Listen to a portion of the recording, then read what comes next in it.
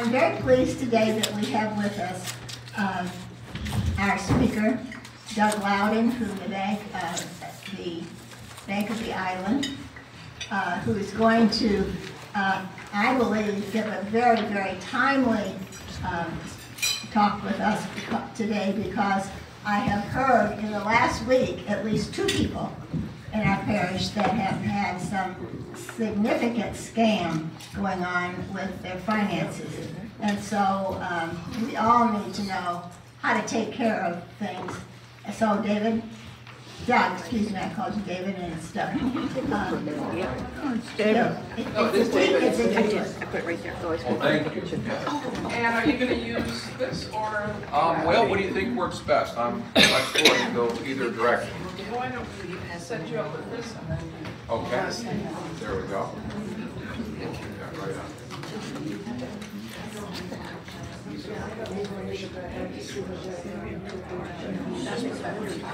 Okay, perfect. All right, can everybody hear me?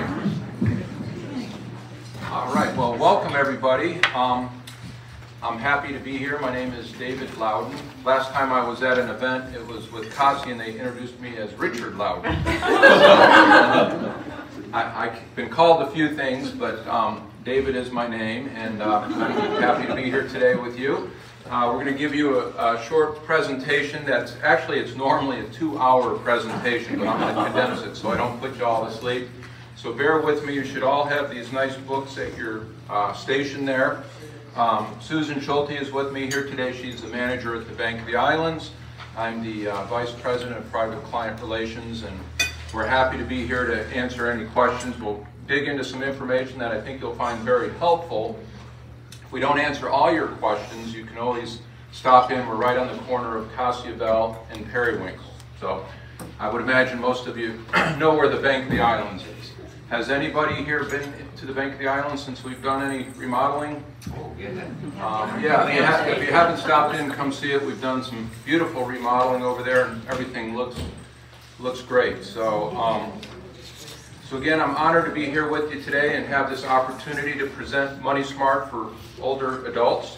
And I had received a message from Liz Coffey back on September 27th asking if someone from the bank could give a talk with the women of the church. And she also informed me that the Episcopal church women do have an account with Bank of the Islands. So thank you for that.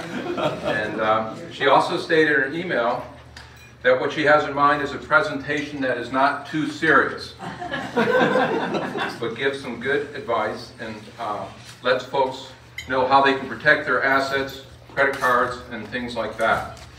She also mentioned she has had several lady friends who served, who seemed to be clueless when their husbands died. And one friend in particular, she said, whose husband was a banker, did not know how to properly write a check. Very good notes. In today's world, that's not too unusual. So if that person happens to be here, don't feel bad. I've seen that many times. I've worked in the financial services industry as a banker for over 30 years. I started out with a small bank called First Federal here in the island, and ended up with Bank of America and JP Morgan Chase for many years, and then was fortunate enough to go back to working for the Bank of the Islands. So anyhow, I started working here in the island back in 1986. Was anybody here on Sanibel back in the mid-80s? I'm sure there were quite a few. Okay. So anyways, hopefully today's presentation will provide you with some valuable information so you don't feel like you're just feeling lost in the financial jungle. The book that we're handing out today is Money Smart for Older Adults. Does everybody have a copy at their station there? It's a publication that was prepared by the Consumer Financial Protection Bureau and the Federal Deposit Insurance Corporation. The Consumer Financial Protection Bureau is a U.S. government agency that makes sure banks, lenders, and other financial companies treat you fairly. So the book focuses on financial exploitation, which has been called the crime of the 21st century, and how we can work to protect ourselves from elder financial exploitation, investment fraud, identity theft, and a list of different scams. As I said, I'll consolidate this material into a shorter presentation so that we can get through it in a timely manner. By the way, my parents, George and Louise Loudon, both are deceased, but they used to attend this church many years ago, so it's great to come back here. I realize that I have a tough act to follow today, since Peter Blaze Kokorin was here a few weeks ago. I knew Peter many years ago at Bank of America, and I know he does a great job. And I say he gave an interesting talk about Frances Perkins, the holy woman of the Episcopal Church. So, again, welcome, and as I mentioned, financial exploitation has been called the crime of the 21st century. Studies suggest that Americans have lost billions of dollars to financial exploitation by a broad spectrum of perpetrators, including people they know and trust, as well as strangers. So, cognitive impairment diminishes the ability of some older adults to make financial decisions and to detect frauds and scams. This epidemic is under the radar. The cases tend to be very complex and can be difficult to investigate and prosecute. Elders who lose their life savings usually have little or no opportunity to regain what they have lost. Elder financial exploitation can result in the loss of the ability to live independently. It can also result in a decline in health, broken trust, and fractured families. Exploitation causes major trauma, as we all know, anxiety, and it also diminishes the quality of life. So, awareness is the first step, and that's why we're here gathering today. Our goal is to plan ahead for financial well-being and the possibility of diminished financial capacity. Reporting and early intervention are vital to preventing loss and recovering loss when possible.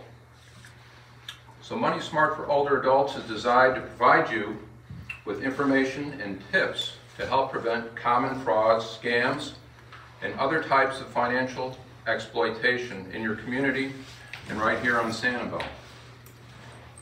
So today, in addition to financial exploitation, we also need to protect ourselves from cybercrime, especially with everything that is happening in Russia and Ukraine. We all need to be on high alert and think about what we need to do to protect ourselves.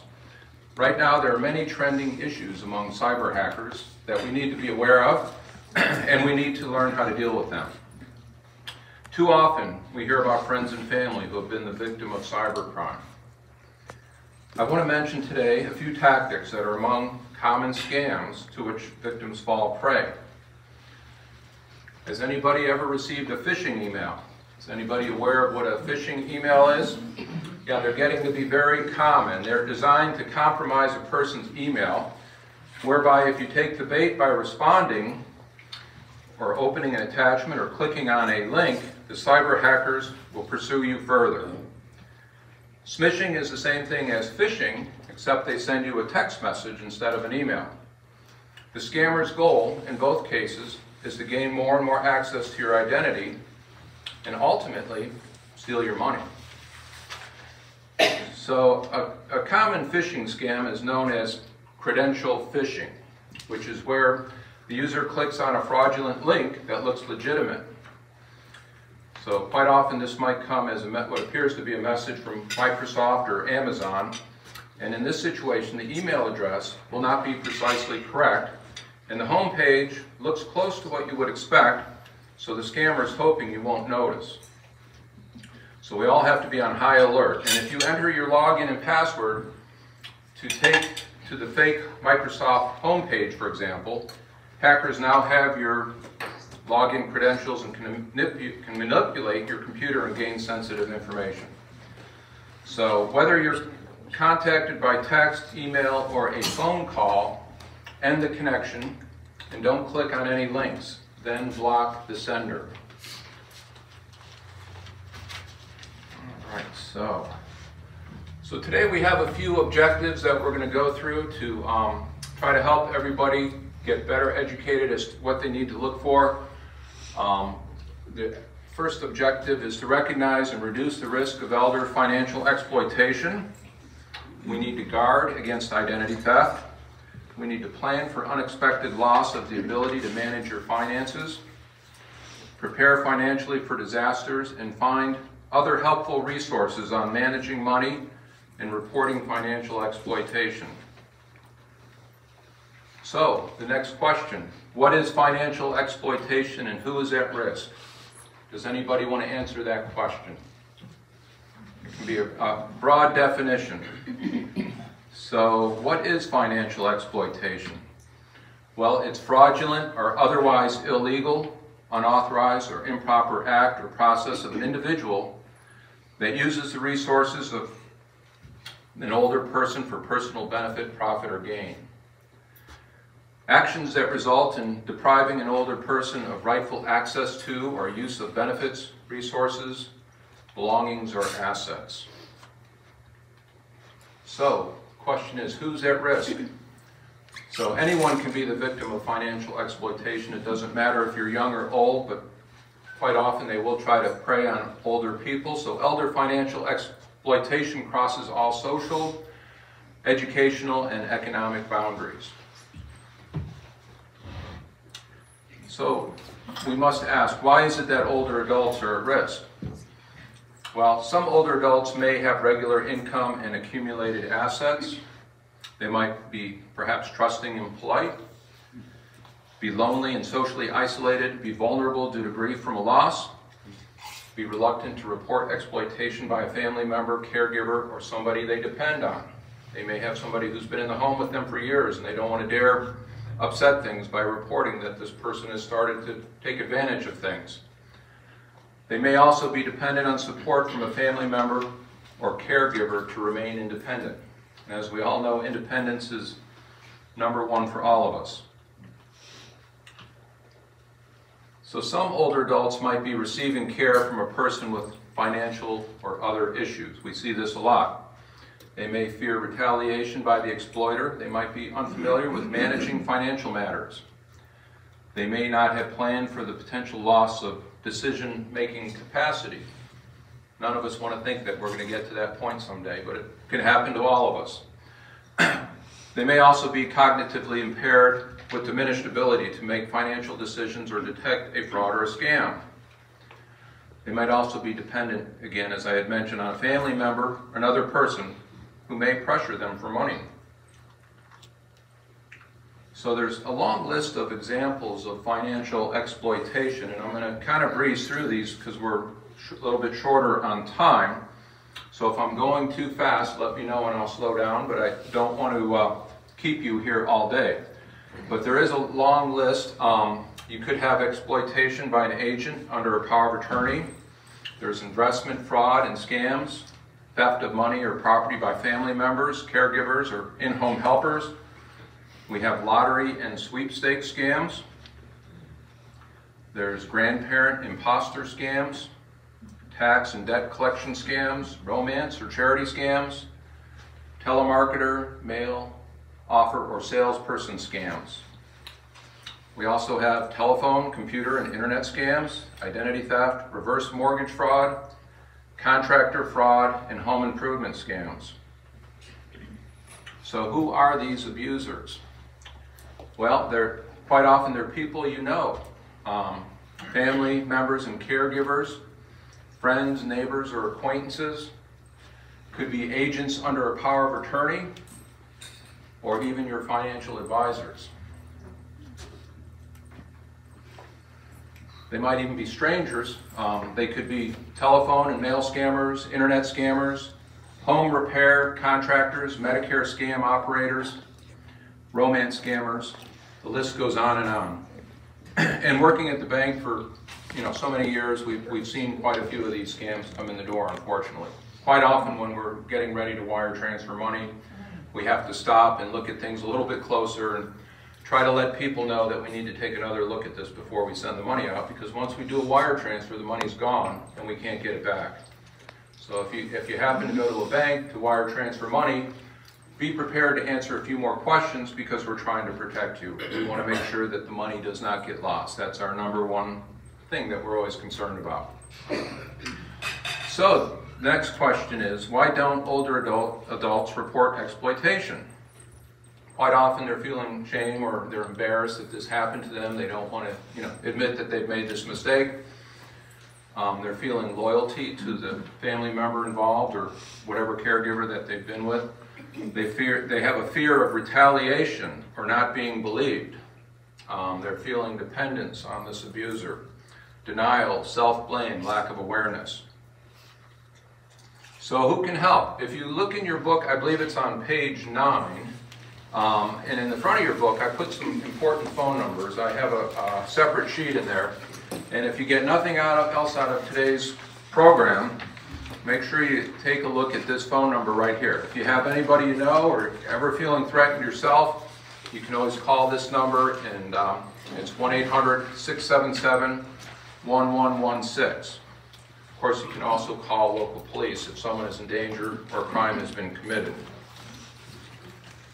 So, if you have concerns about a financial institution, you can contact that bank or stock brokerage firm directly and let them know you have these concerns. If you have concerns about other credit products, such as a credit card, you just dial the number on the back of the card. If you think you've been the victim of fraud with your credit card, as long as you report it within 60 days, they will credit you the money back. So pay close attention to your credit card statements because you want to make sure you catch it before you get outside of that 60-day window. So you could also perhaps find exploitation by a fiduciary. And a fiduciary is a person who is named to manage your money or property. So usually we have a pretty good level of trust with our fiduciaries, but in today's world things can happen. You also have what's called a power of attorney. I would imagine most of you are familiar with this. It's a legal document that allows someone else to handle your finances on your behalf.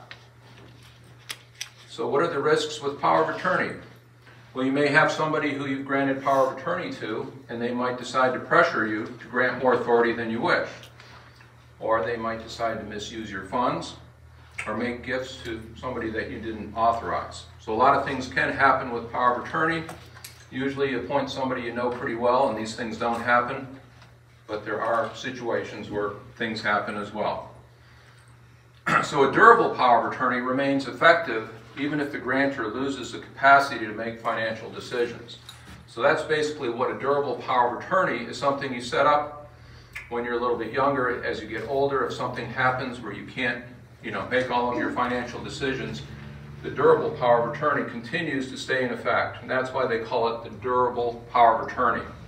An attorney can help you make an appropriate power of attorney for your circumstances.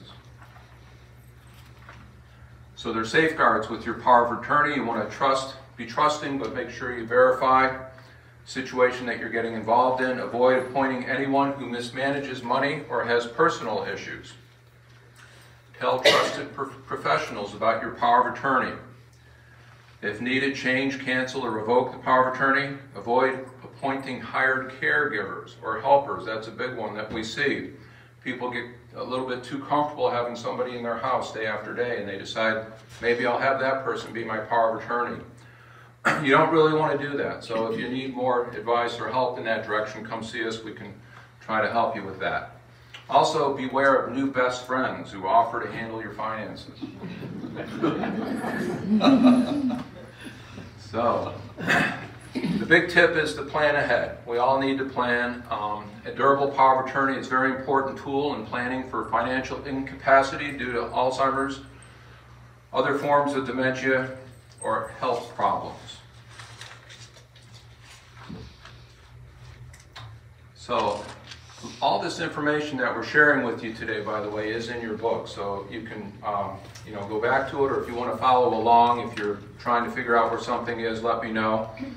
The Consumer Financial Protection Bureau's Plain Language Guide does help fiduciaries walk them through their duties. So if you have a fiduciary, this can be helpful for them as well.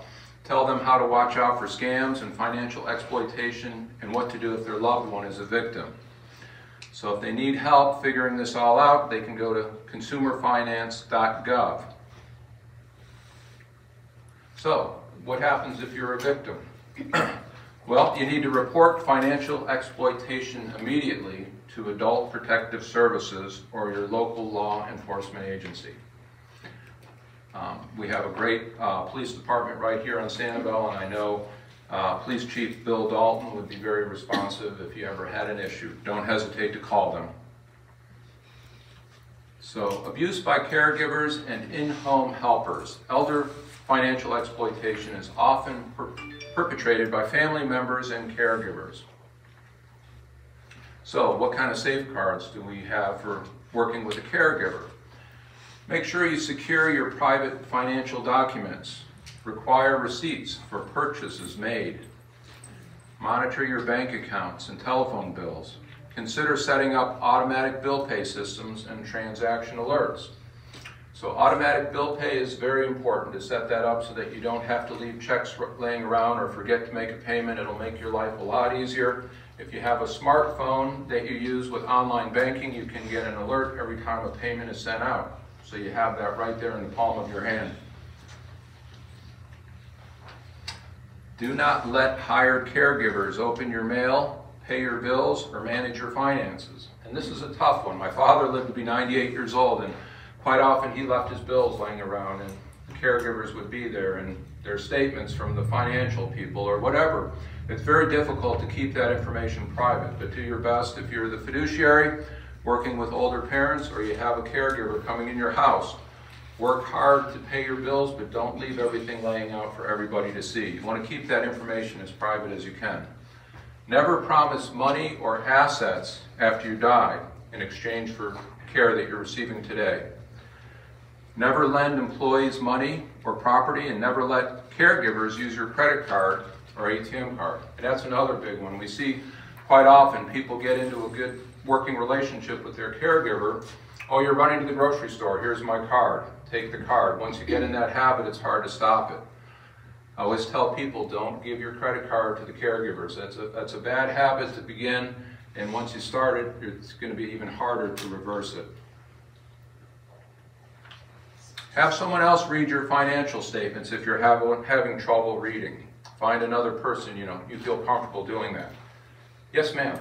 When you were saying about don't give out your credit card, that can be very difficult because we have an aunt who's alone and lives in another city, and her caregivers do her banking or do her grocery shopping, and she lets them take her credit card out. So what's the choice? And that's a very good question, and it is one of the hardest things for somebody working with a caregiver to prevent, because like you said, it's very convenient to give them that credit card.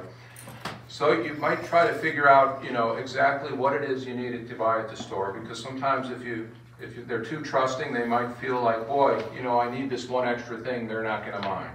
Or, boy, I've been over there doing so much work, I really don't make that much money. They start thinking in their mind that it's okay maybe to charge a little extra, and not that everybody's going to do that, but there's a temptation there that you don't want to put them in that situation.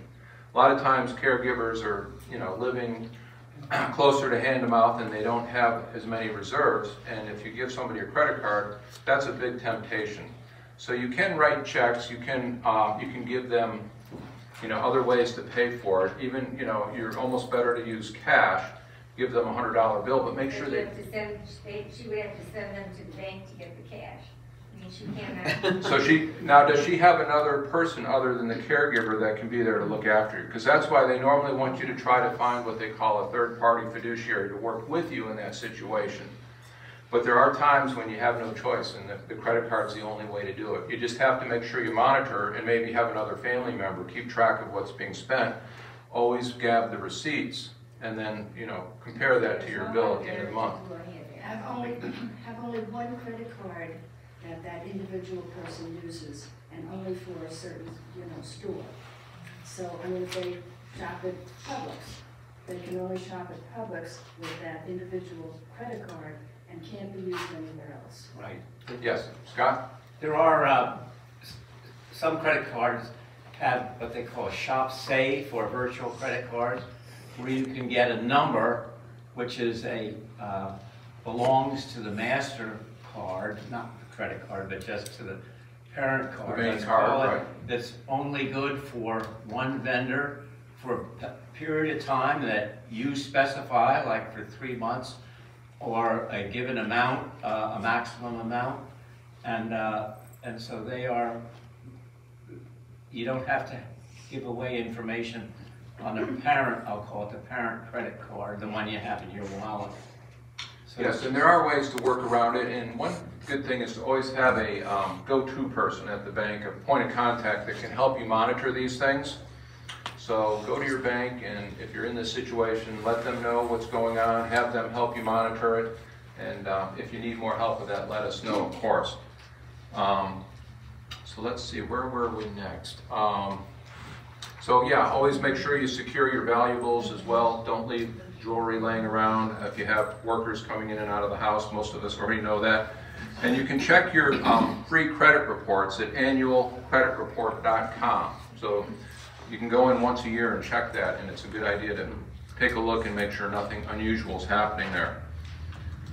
So here's another big one. We've run into this one, unfortunately, a few times, and it can be very painful when somebody finds out that this is not for real. But a romance scam is when a new love interest says they love you, but they just want your money. I'm sure this does not happen to anybody here, but it does happen. Scammers may assume a false identity. They take time to build trust with you. They ask for money under false pretenses. The scams can happen online or in person. So the romance scammers might claim they need money for an emergency surgery or medical bill. They might ask for help in paying unexpected customs fees or past gambling debts. They may request money for travel expenses or documentation so that they can visit you. They might also seek smaller loan amounts in the beginning and later ask for larger amounts. They ask for gift cards and wire transfers because they know that they're hard to trace and they're not retractable. So quite often what will happen, the romance scammer will look for somebody, quite often with dementia, who's they know sitting at home. They'll start calling that person. They'll call and call every day for months and months so that they become familiar. And then all of a sudden they start asking for money, and things can escalate from there. So we have to be very careful and try to pay attention who's calling the home. If you have an older family member or relative that's spending time alone, make sure that you know who's calling and what it is the conversation's all about. Online romance scammers might contact you through social media, dating apps, websites, text messages, or email.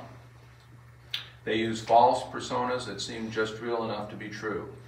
And they also quite often steal other people's photos so that they send you a picture that looks something you can relate to. And it most likely is not even the person that's been contacting you. They use information from your social media profile to fake similarities with you. They also will come up with quite a few excuses not to meet you in person. So the relationship sometimes can go on for months or years, and they've never met in person, but the person who's being contacted starts to feel like they really know this person. Some romance scams do happen in person, however, and the scam can involve an older adult who is socially isolated or dependent on others for assistance. The scammer could be a person you met at your church. Could be somebody, you met right here. No way. Not St. Michael's. It could be the community center. Or, any other social. So, a new friend or love interest might be overly complimentary and flirtatious. They may shower you with attention. They might want to keep your relationship a secret. They will show unusual interest in your finances and try hard to get you to share information about your finances at the same time. So if you are, or at one time were being scammed, stop communicating with the scammer right away. Talk to someone you trust. Tell your financial institution if you sent money. Report the scammer to local law enforcement, Adult Protective Services, and the Federal Trade Commission, and take action as soon as possible. So all of these names, again, are in the book, so you can go back later and review that, and just remember that that's who you want to report to, Adult Protective Services and the Federal Trade Commission. So investment fraud is very common as well, and quite often you'll have perhaps a financial advisor who has misleading senior certifications or designations. We've seen a lot of Ponzi schemes over the years. That's unfortunately another area. Has anybody here ever had a friend or a family member that's been connected to a Ponzi scheme by chance? I know you've probably all heard of Bernie Madoff, and unfortunately there was a family right here in Sanibel years ago that were forced to sell their beautiful beachfront home in Sanibel because they had gotten involved with Bernie Madoff. So that does happen as well. You have unscrupulous financial advisors, affinity fraud, the internet fraud, which they're referring to as the .com rather than the .com. So there's also inappropriate or fraudulent annuities that might have a lot of fees and really aren't designed to serve your needs.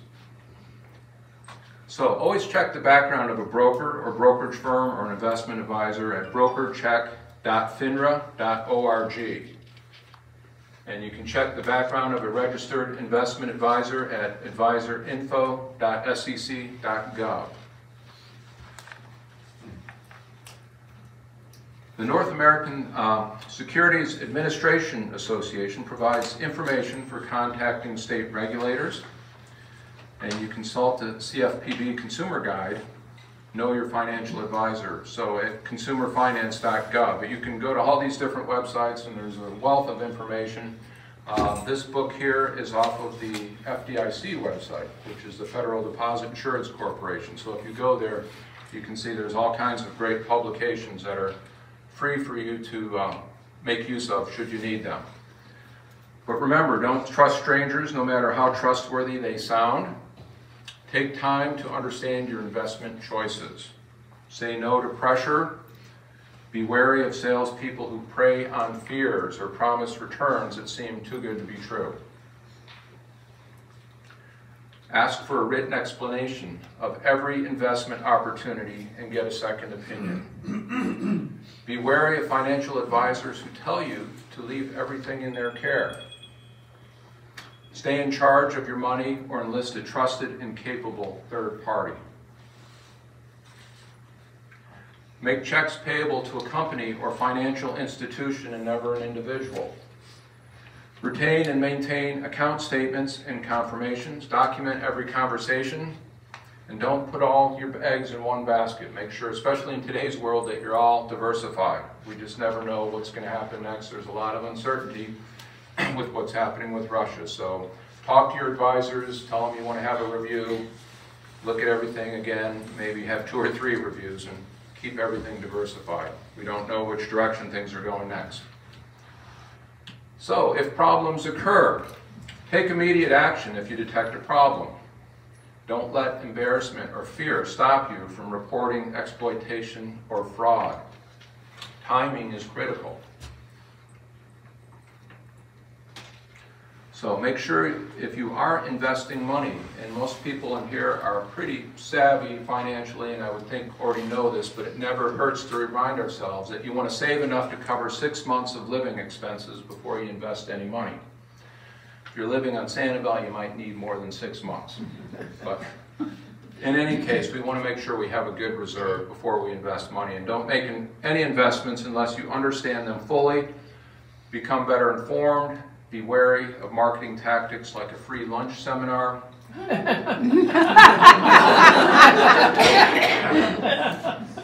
Thank you, Liz. So understand the risk before investing, and tell your financial advisor of your financial objectives and risk tolerance. And that's very important. Make sure they know what your financial objectives are.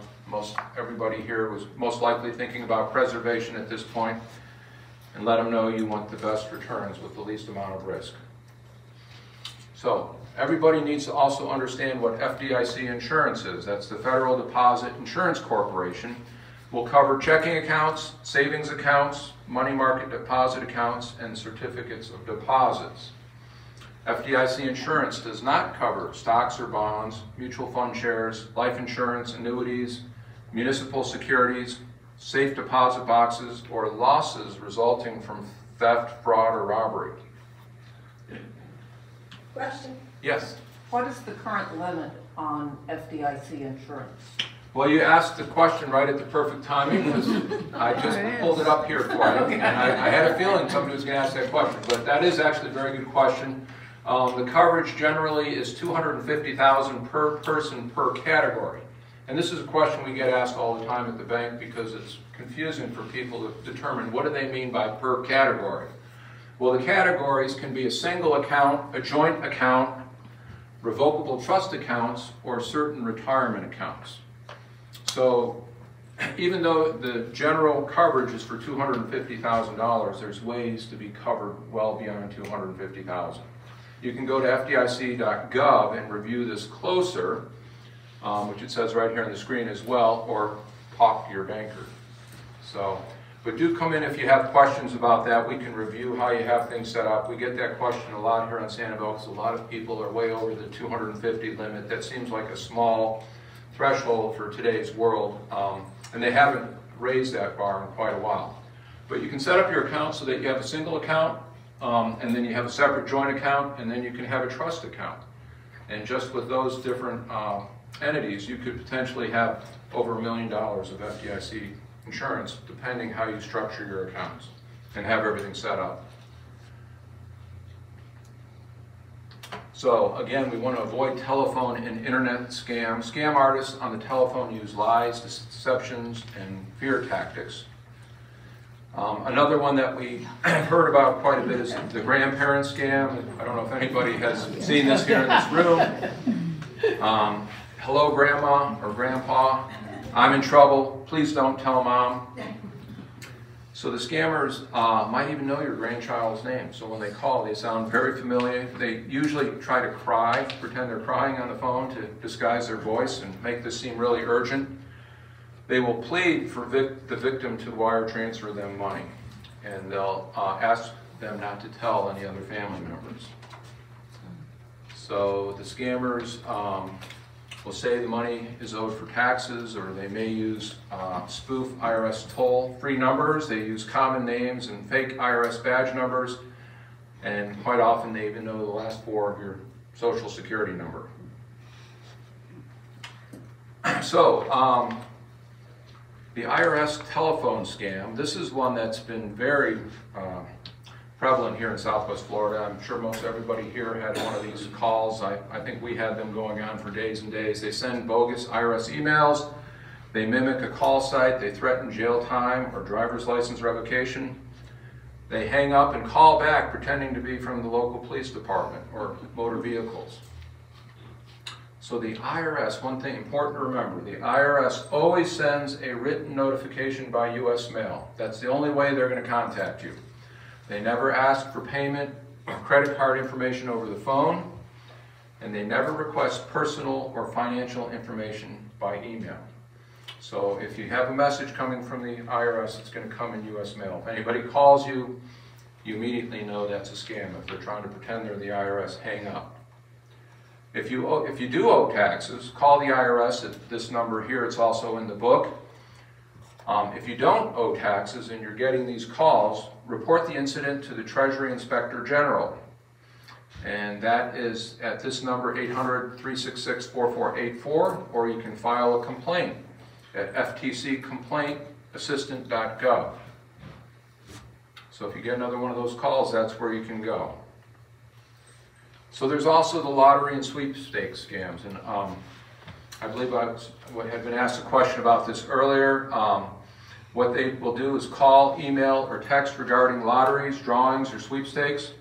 They request upfront processing fees or taxes. They want you to send authentic-looking claims checks, and they will pose as an attorney for winners. So there was a casino, I believe, a few years back in Jamaica that went out of business and evidently got turned over to become a call center. And so South Florida was getting tons of these calls telling people you had won the lottery. And so some of you may have received some of those calls. But the tips for avoiding the telephone scams, you cannot usually win a contest unless you've entered. So if somebody called you telling you that you've won this, stop and think for a minute, did I ever enter this contest? If not, then you know this is probably a scam. Never pay to play. Be suspicious of pressure to wire funds. Pay attention to warnings from your financial institution.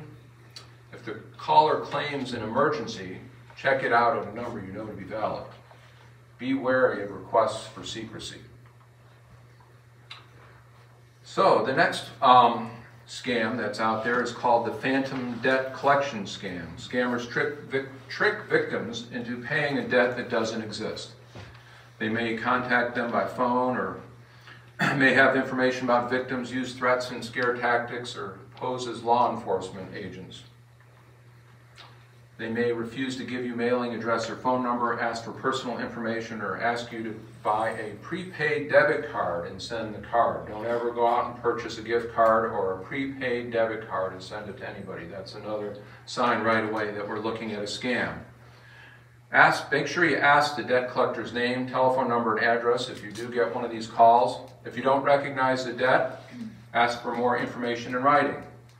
You have the right to get a breakdown of the amount owed. Don't give any financial or sensitive information, and keep copies of related papers. So the charity scammer is another one that we, quite often we live in an area where everybody is very charitable, and we have a lot of great organizations here in Sanibel, most of which we're very familiar with. But sometimes there's charity scammers that will call you with a charity you've not heard of, or it might be something new. And make sure you refuse to provide these people with any information, and they will perhaps refuse to provide certain information to you as well. They won't provide proof that the contribution is tax deductible. They may mimic the name of another organization or thank you for a pledge that you don't remember making. So charity scammers, they will pressure victims to donate immediately. There's going to be a sense of urgency. They ask victims to donate cash or wire the money. They'll request private account information. They'll guarantee sweepstakes winning in exchange for contribution. So they're going to ask for information. They're going to you want to ask them, for their information and research their organization. You can learn a lot by just simply going to Google and checking out the legitimate site.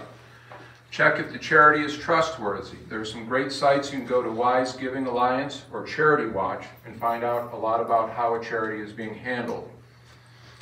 And ask the following from a paid fundraiser. Ask what the name of the charity, the percentage of your donation that will go to the charity, and contact the charity directly about the solicitation. Quite often these charities, if somebody's using the name of another charity, they're going to want to know that's happening. So keep good records of all your donations. Make an annual donation plan. Think ahead who you want to donate to and keep an organized chart. Learn if the organization is eligible for tax-deductible contributions. You want to pay by check or credit card. Never send cash donations or wire money to a charity. Do not donate until you've researched the charity, and be wary of charities that spring up suddenly in response to current events or disasters. So I touched base on phishing a little bit in the beginning, and this just tells you again that part of the internet scams, one of the biggest things that we're on the lookout for on a daily basis is phishing, and that's an authentic looking email, text message, and web pages to trick unsuspecting users into revealing their personal financial information. So there's a lot of email spoofing where there's an email address that's disguised to look like something you're familiar with, but if you look at it closely, you're going to see something's just not quite the same. So always make sure you review everything and don't click on anything until you're absolutely sure that you know who the sender of that email is. Quite often you want to look for telltale language. So these are a couple examples of the type of language you might encounter. We suspect an unauthorized transaction on your account. To ensure your account is not compromised, please click the link and confirm your identity. So you're going to get a lot of those type emails coming at you almost on a daily basis. As bankers, we have to monitor that very closely because we have to make sure, of course, that everything is kept secure. We don't click on anything unless we absolutely know who that's coming from. So watch your emails closely, and you can read this again in the book when you get a chance, just so you're more familiar with that language. So some more computer internet safeguards are: use trusted security software and make sure your software is updated regularly. Do not email financial information or account numbers. Be cautious about opening attachments and downloading files regardless of the source. Use passwords that are hard to guess, and shut down your personal computer when you're not using it.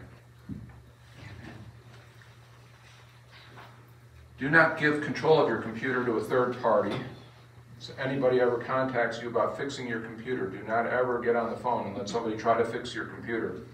Do not rely on caller ID alone to authenticate a caller. Be cautious of scammers posing as tech support online. Use tech support listed on a software package or on your receipt. Or call me. Yes. Someone Have do that trusted IT person that you can go to if you ever have an issue. They can help update your computer, get rid of any malware, and make sure your antivirus software is running properly. That is very important.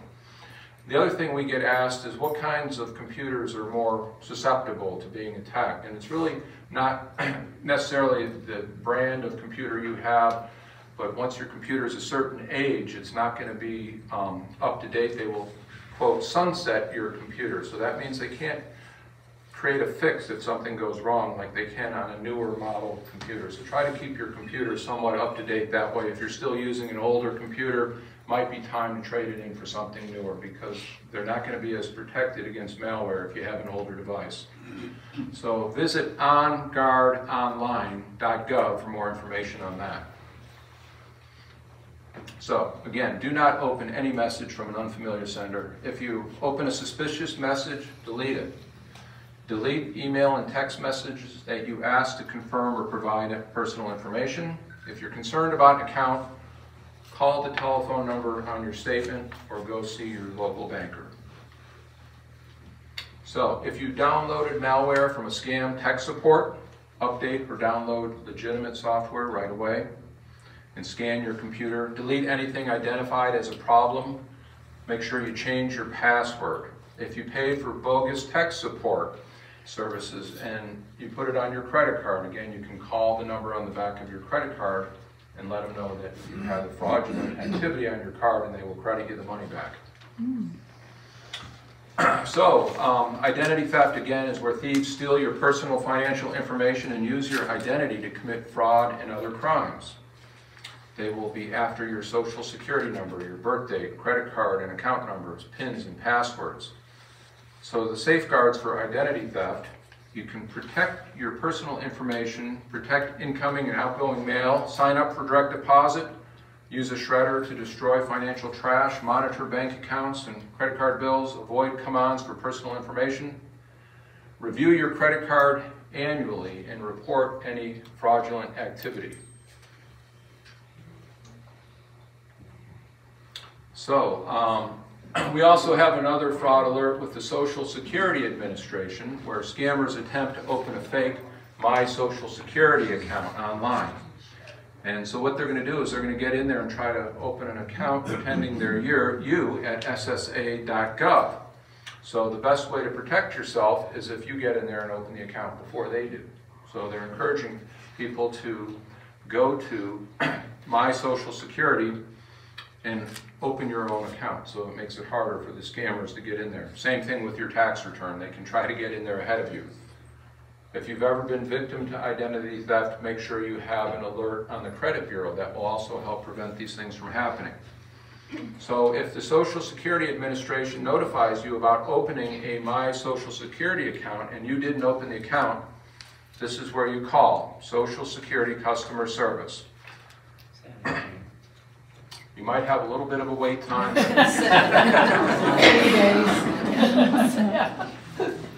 So, identity theft. If you're a victim, place an initial fraud alert with one of the major credit reporting companies. There's 3 major credit reporting companies. If you report with one, the information should go to all 3. Make sure that you request copies of your credit report. Make an identity theft report, and consider placing a security freeze on your credit report. So if you're a victim, again, this number is in the book as well. You're going to contact the Federal Trade Commission, identity theft. Call 877-ID-THEFT or visit their site at identitytheft.gov. So, and this is also helpful if you have a friend or know somebody else. Make sure you share that information with them right away. There's also medical identity theft, and the list goes on. It tells you about the risks of medical identity theft. This information's in the book. I'm not going to go through every bullet point today because we're running short on time, but I just want to make you aware that that is in there. There's warning signs. You can take a closer look and let me know if you have questions on any of those. There's also safeguards for medical identity theft. You want to protect your Medicare and your insurance cards, review your Medicare summary notices, be careful about sharing information, of course, and beware of offers for free equipment, services, or goods in exchange for your Medicare number. Okay, so let's see here. So another important thing that we all need to think about is planning for the unexpected. We're seeing that today with what's happening with Russia and Ukraine. Who would have thought that things would have gotten as bad as they are over there, but hopefully they will get better. But we also have to prepare for future health problems or disasters. We want to make sure that you have control over what's happening. You want to relieve stress of decision making from caretakers and family members. You want to plan ahead so that you can save money and help avoid financial setbacks, and allow time to gather information and compare your options. So again, when preparing for future health problems, prepare a plan, review income and expenses, make sure trusted family members know where to find your necessary documents. That's another important one. Here, living in a retirement community, we have people that, God forbid, pass away and their kids come down from up north and all of a sudden they realize their name's not on the account or they don't have a key for a safe deposit box. Make sure your loved ones are informed. Set up direct deposit for income and benefit checks. Consider automatic payment of important recurring bills. We already discussed, consider setting up a durable power of attorney so that will continue if anything happens to your health. That power of attorney will still be in effect. Make sure you're properly insured and maintain a healthy lifestyle. So, if we do have a disaster, you want to think ahead and think to yourself, what is it that I will need? You're going to need your forms of identification, driver's license or government issued ID, insurance card, social security card, passport, birth certificate. You will also need perhaps cash, ATM cards, debit cards, credit cards, checkbook, phone numbers for financial service providers, important account numbers, and the key to your safe deposit box. Do not lose that because the safe deposit boxes are getting very expensive to drill, so keep that in a safe place. So again, make sure you're protecting your documents, make backup copies of important documents, make an electronic image for easy storage, give a copy to loved ones or tell them where to find documents in an emergency, store backups at a distance from home in case disaster affects your entire community. That's especially important right here in Sanibel. Make a record of all credit debit cards with the account and contact numbers to report lost or stolen cards. So, what to keep and where to keep it. You want to store certain things in your safe deposit box, such as your birth certificate and originals of important contracts. Quite often at home, if you have a fireproof safe, you'll want to keep your passport, medical care directives, and your will. Always seal important documents in an airtight, waterproof bag or container. We just never know when we'll get that big hurricane and things could get wet. So other things to consider, you want to prepare emergency evacuation bags, arrange for automatic bill pay from your bank account, sign up for internet banking services, most of these things we've already discussed, and review your insurance coverage. So there's other resources that you can find, as I mentioned earlier, at the FDIC website. You can go to fdic.gov, consumer news, and type in disaster in the search box. And there's all kinds of good information that will come up with consumer news articles that may be helpful in the future. So I'm going to start to skim over a couple of these things at the end, but also watch out for reverse mortgage scams that quite often are used by family members to try to get cash out of the equity that you have in your home. There's all kinds of scams going on. There's expensive fees to set one of those up. So if you have any questions about reverse mortgages, we do not offer them. The industry has somehow been labeled a little bit unethical. There are perhaps situations where they may work, but in most situations we do not recommend reverse mortgages. And there are, unfortunately, reverse mortgage scams, just like the long list of other scams that we've already looked at here today. There is some relief if you do fall victim to that. There is an area in this book you can look at that. The contractor home improvement fraud, this is another big area that we need to touch on real quick before we wrap things up today.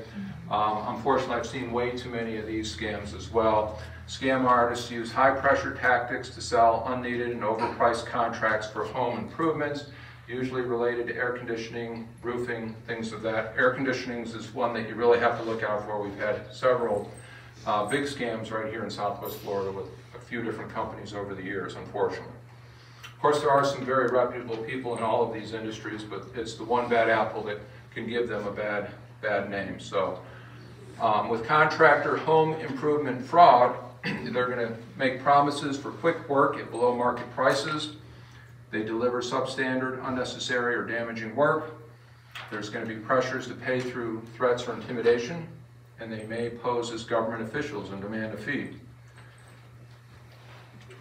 So, to avoid contractor fraud, verify the identity of anyone claiming to be a government employee, obtain written bids from local contractors, avoid contractors who approach you, check for licenses and complaints, check references, require a clearly written contract, and don't pay in advance and never pay cash. Don't provide personal financial information if you need a loan. Don't let the contractor steer you to a lender. Withhold final payment until you are satisfied and all required inspections are completed. So you can, again, go to this site that we have listed here to get more information on contractor fraud. And there's also scams that target veterans, unfortunately. There's, like I mentioned, there's just about every scam in the world you can think of today. So you can go to va.gov to read about the veterans. Do we have any veterans in the room here today? Thank you, Scott, for your service. And thank you, Alan. We appreciate that. And hopefully none of you will ever fall victim to this, but if you have an issue or run into anything, let us know. We're here to help. There's also VA pension filing scams, believe it or not. So they're there to try to steal your pensions as well. So avoid pension advance payment scams. Most people in this room aren't going to be in a situation where you need to be connected to that, but it's just important to be aware of what is out there. So it is important, if you have a pension though, you want to make sure it's protected. So conclusion here. So you've learned hopefully something today. It's a lot of information. I know it's going pretty fast to try to get this all done in a timely manner. Today we learned about types of financial exploitation, and unfortunately they are out there. We provided you with a few tips for recognizing the different types of scams. We looked at strategies for avoiding identity theft, including medical identity theft, and how to prepare financially for future health problems and disasters. And in closing today's presentation, I just want to mention that I heard a quote the other day that relates to what we've been reviewing today, and it states that quite often we live our life in chains because we never realize that we have the key. So hopefully today's presentation has provided you with resources that can help to unlock any chains as we confront certain challenges that may pop up along the way. The Money Smart resource guide, that hopefully everybody got a copy of that today, has a lot of valuable information that can help protect us as we travel through life's journey. We are certainly all very fortunate to be here on Sanibel. I think we all get up and remind ourselves that every day. There's a lot of beautiful places in the world, but this is certainly one of them. So I want to thank you for having me here, and please let me know if we can be of any further assistance. Do we have any questions to wrap things up today?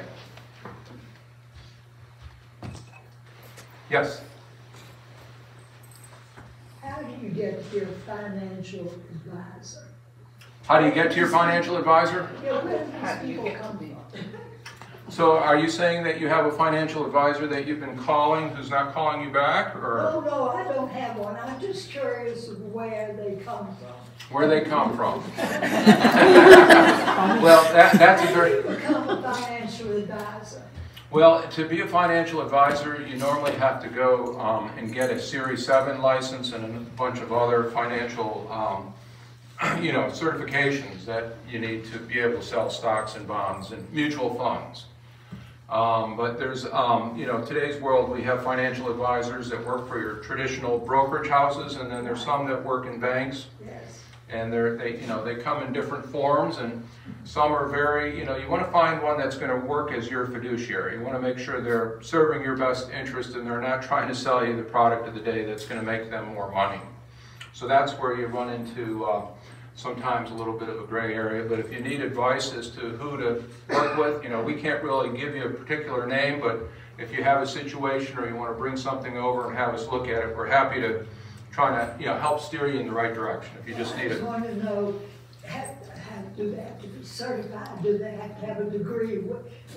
Yes, they have to have what's called a Series 7 license. Okay. Yes, so they do have to have, they may not necessarily have to have a degree from a college, although most, some of your larger stock brokerage firms are, when they hire an advisor, are going to want to see a college degree and some other qualifications. But in order to physically sell stocks and bonds, you do have to have that certain license that they call a Series 7. And then there's also a separate license to sell insurance products. And then you have what's called a Series 63 and a Series 6. So there's a whole list of different licenses, but the Series 7 is the biggest one that your financial advisors have to have.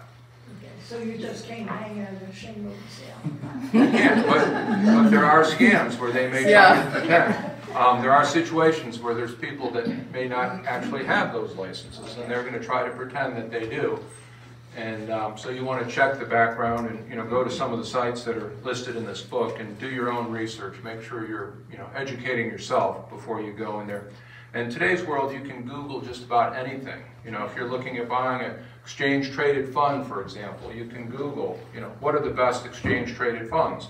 And if they're giving you advice, try to compare it to what you're finding on your own.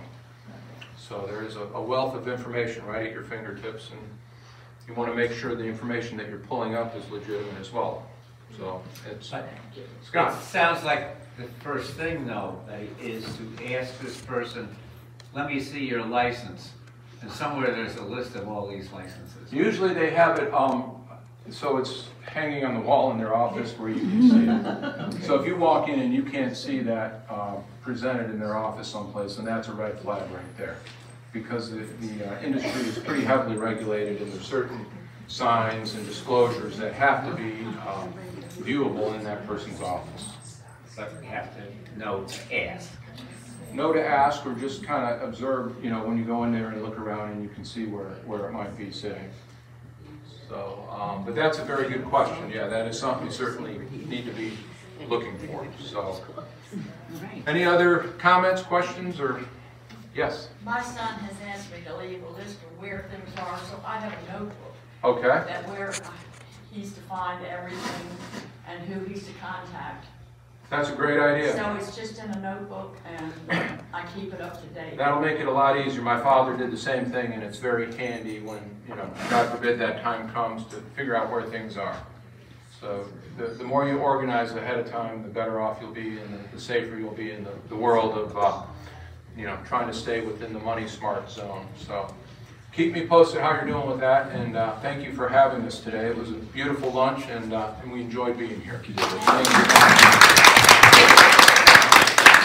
I just want to bring up a phishing scam particular to church people. It has happened that church members have received either an email or a text claiming to come from me, claiming to come from the office, saying you need to urgently send gift cards for someone in need or wire money or something. And they can look pretty authentic. They have the information. They know my name.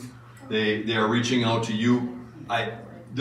I or the church would never contact you in that way to ask for a donation of any kind. So don't ever just delete those, an email that you might get, or you could send it along, to Susan at the office so that we know that it's going on. But we would never contact you in that way and ask you to send gift cards or wire money or do something like that in order to support something through the church. You want it reported to you or to the office? Yeah, either to me or to the office, just to let us know that you were contacted in this way, so that then we like to put out a little information saying it's happened again, and please, don't ever respond to something like that. Bill, I got one from the bishop. You got one from the bishop? They move right up the chain to try to find the most persuasive person in the pyramid, right? Yeah, the bishop's office, the diocese would never do anything like that. And if you receive that, do send it along to them so that they are aware.